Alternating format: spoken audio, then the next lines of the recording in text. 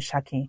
Joining me today on Politics Hub is the presidential candidate of AAC, African Action Congress, Omoyele Sowere. Some people have said the youths are not ready to rule. What do you have to say about this? Oh, the youths are ready to rule. The youths that fought for democracy in my own time in the 90s. How can you say we're not ready to rule? But it's been designed that youths will perpetually take up a position against themselves, especially after, during and after military rule. And if you look at the history of Nigeria, the first political movement in Nigeria for independence, even before we started thinking about independence in the 1920s, were created by young people. I think it was Nigerian Youth Congress, about Macaulay and Okoli and the rest of them. But you look progressively since then. In fact, it was young people that mostly occupied the position that brought about independence. Because the Awolowo's, the Ziks, and the Bola Iges, Nahoro. Nahoro was 20 something when he proposed at the British House for there to be independence in Nigeria. So progressively, people started getting older and older, and the role of youth kept changing from being leaders of tomorrow or today to being thugs, and well, they improve it to special assistants and advisors. So a governor, in order to keep restive youths happy, can appoint 200, 2,000 assistants, all of them young people, so that he can just keep them in a comfortable position where they don't aspire beyond that.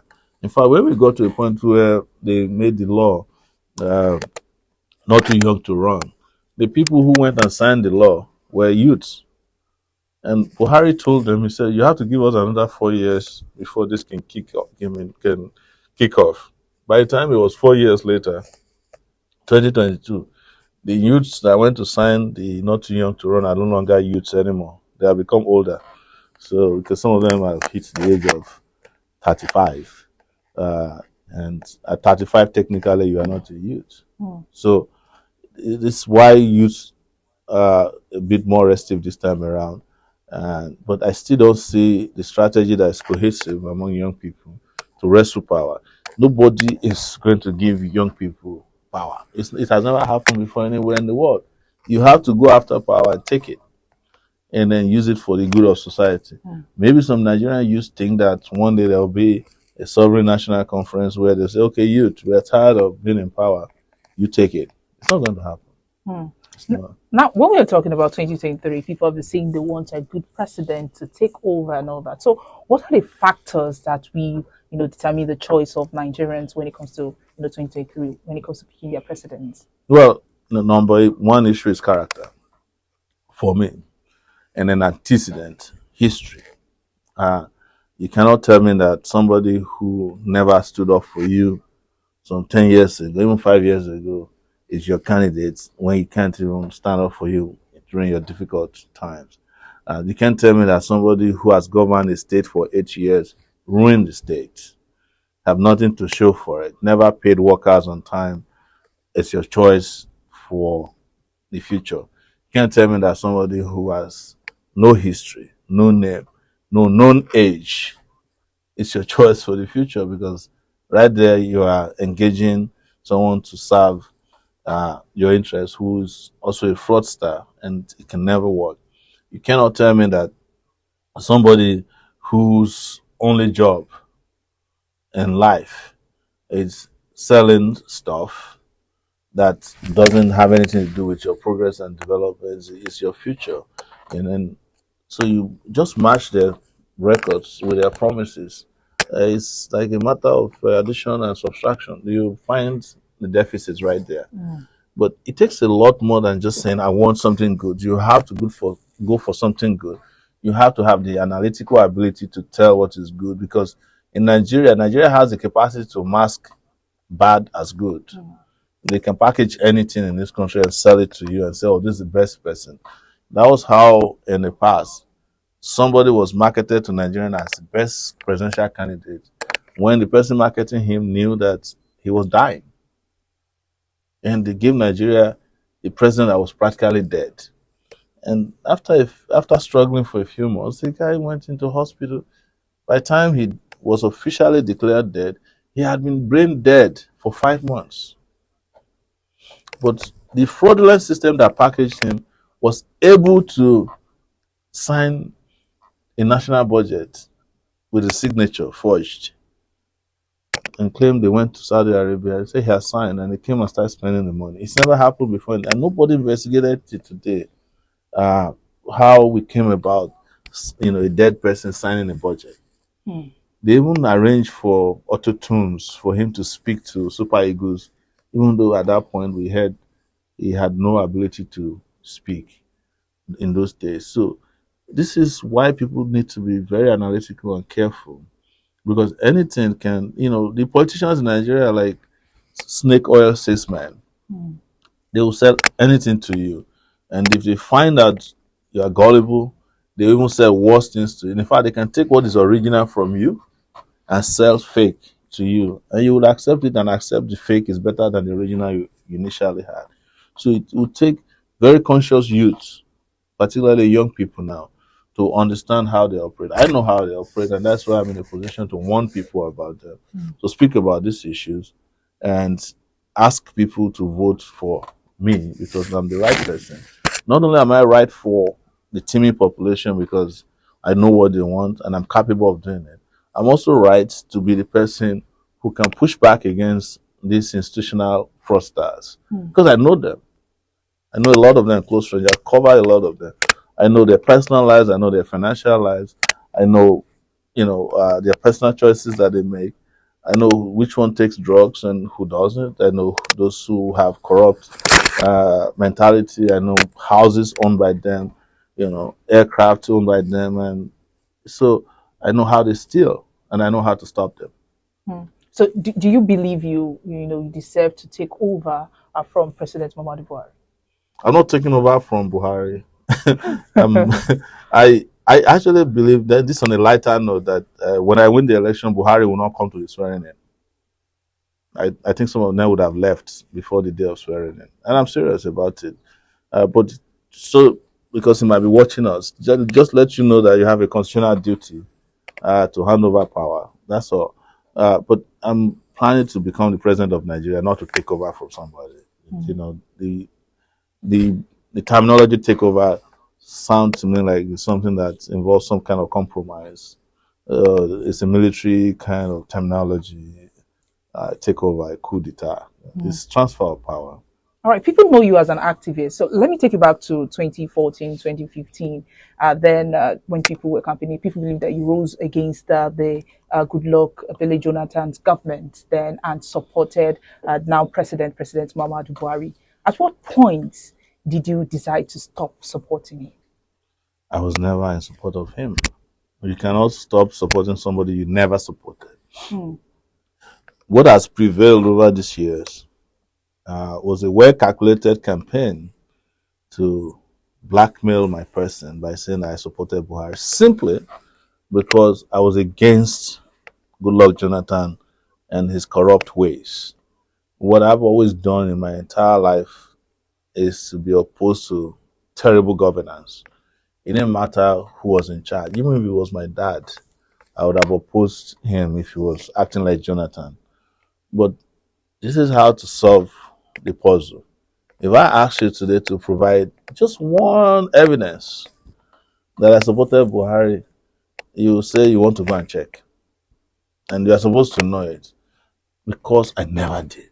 There was no time in my life that I campaigned for Buhari, wrote an article, or approached anybody, even individually, to say, look, vote for Buhari. I didn't vote for him because I did not register to vote until 2018. That's the first time I registered to, the first time I voted in my life in this country and probably in the world was 2019, that election. But there was a video that was released then, you celebrating President Muhammadu Buhari. That's different from campaigning for him. So how do you? No. I wanted to say, because you said campaign or you supported, but I wasn't celebrating him. I just want to clarify that. I was coming from the International Conference Center where INEC was declaring result. I had around my neck the tag because I was a journalist covering that election. I came all the way from the US to cover the election in Nigeria. I was in Nigeria underground covering the election. Nobody knew I was there. Even the hotel where I was staying in Lagos didn't know who I was.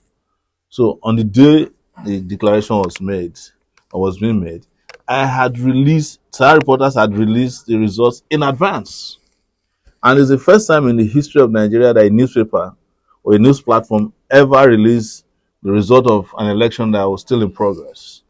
So I entered an aircraft and went to Abuja and went to the ICC. When I was at the ICC, I was told by my colleagues that good Lord Jonathan had already capitulated. He had called Buhari and said, I'm fine with the election. So I got into a vehicle and started driving to Buhari's headquarters, where he was supposed to have spoken that night. But Buhari didn't show up. He didn't show up even till the next morning. So while I was arriving, fans of Sahara reporters, fans of Sowere saw me and mobbed me. This is Sowere. Thank you for the reporting you are doing. And they were celebrating. I was the one who actually uploaded the video myself. Nobody else did. And I put it there, said, Sahara reporters fan or something like change it dole. This was 2015. And one person, I think it was Reno Omokri, took it and tweaked it and said that I am jubilating for over Buhari's victory. Just so that you know, I also covered the Ghanaian election after the Nigerian election. And we also did the same thing, declared the results in advance. People in Ghana saw us and were jubilant. Those are the Sahara reporters guys. Dele Momodu was in the same hotel with me at that period. El Rufai was in Ghana to observe the election.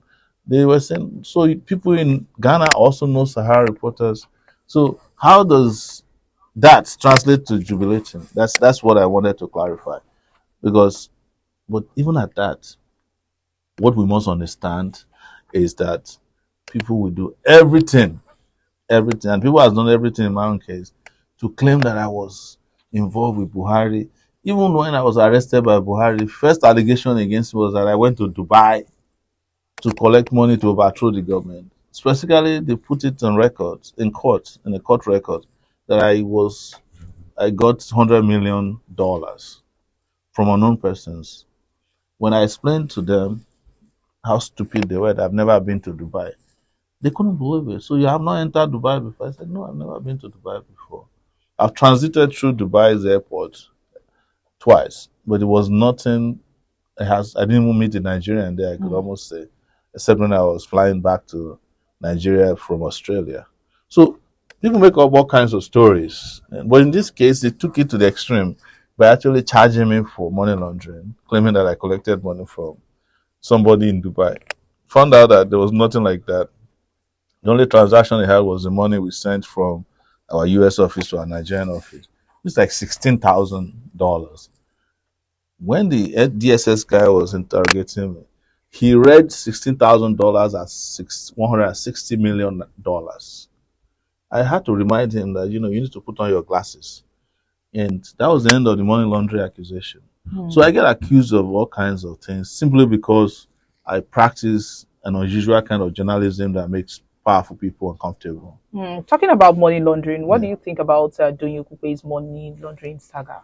I spoke, if you had been on my page on Facebook, you'd have seen that I posted something. I had an encounter with Doyin Okupe in 2013 on Al Jazeera. I accused him openly.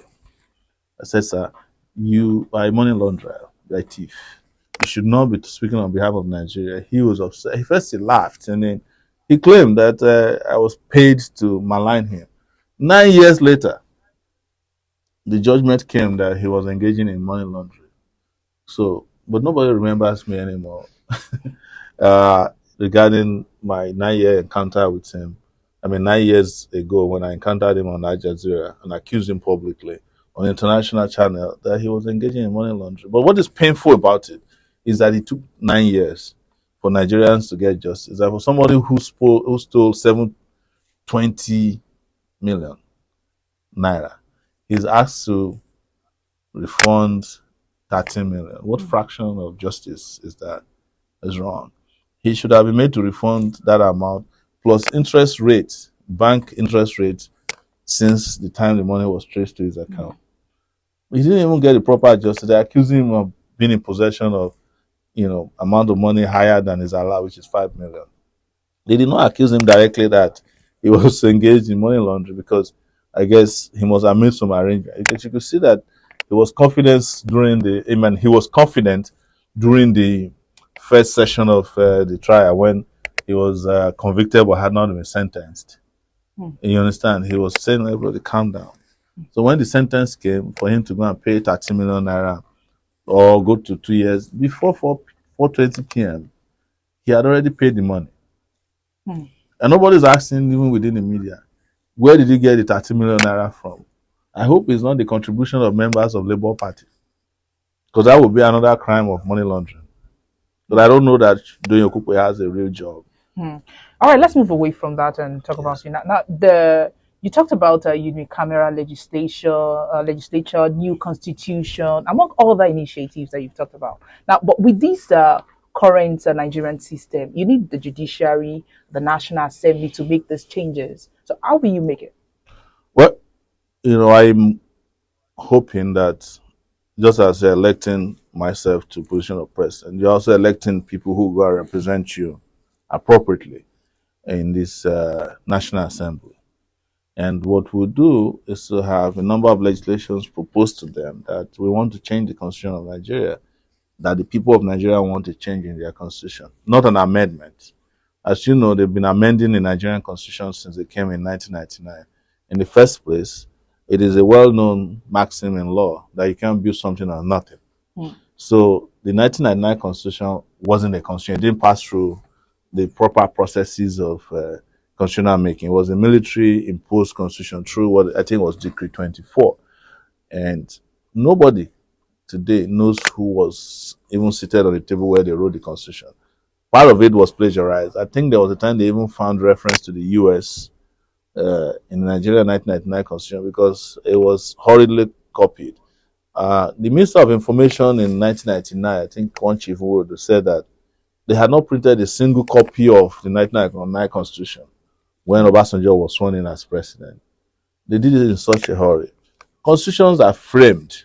If you know about the US Constitution, it was framed, I think, in 1789, and then was passed through a referendum and it became a constitution. And they made amendments around it. But the reason why the amendments were so powerful was because the constitution itself was a legitimate document. The 1999 constitution is not a legitimate document, and as a result, is null and void and of no effect.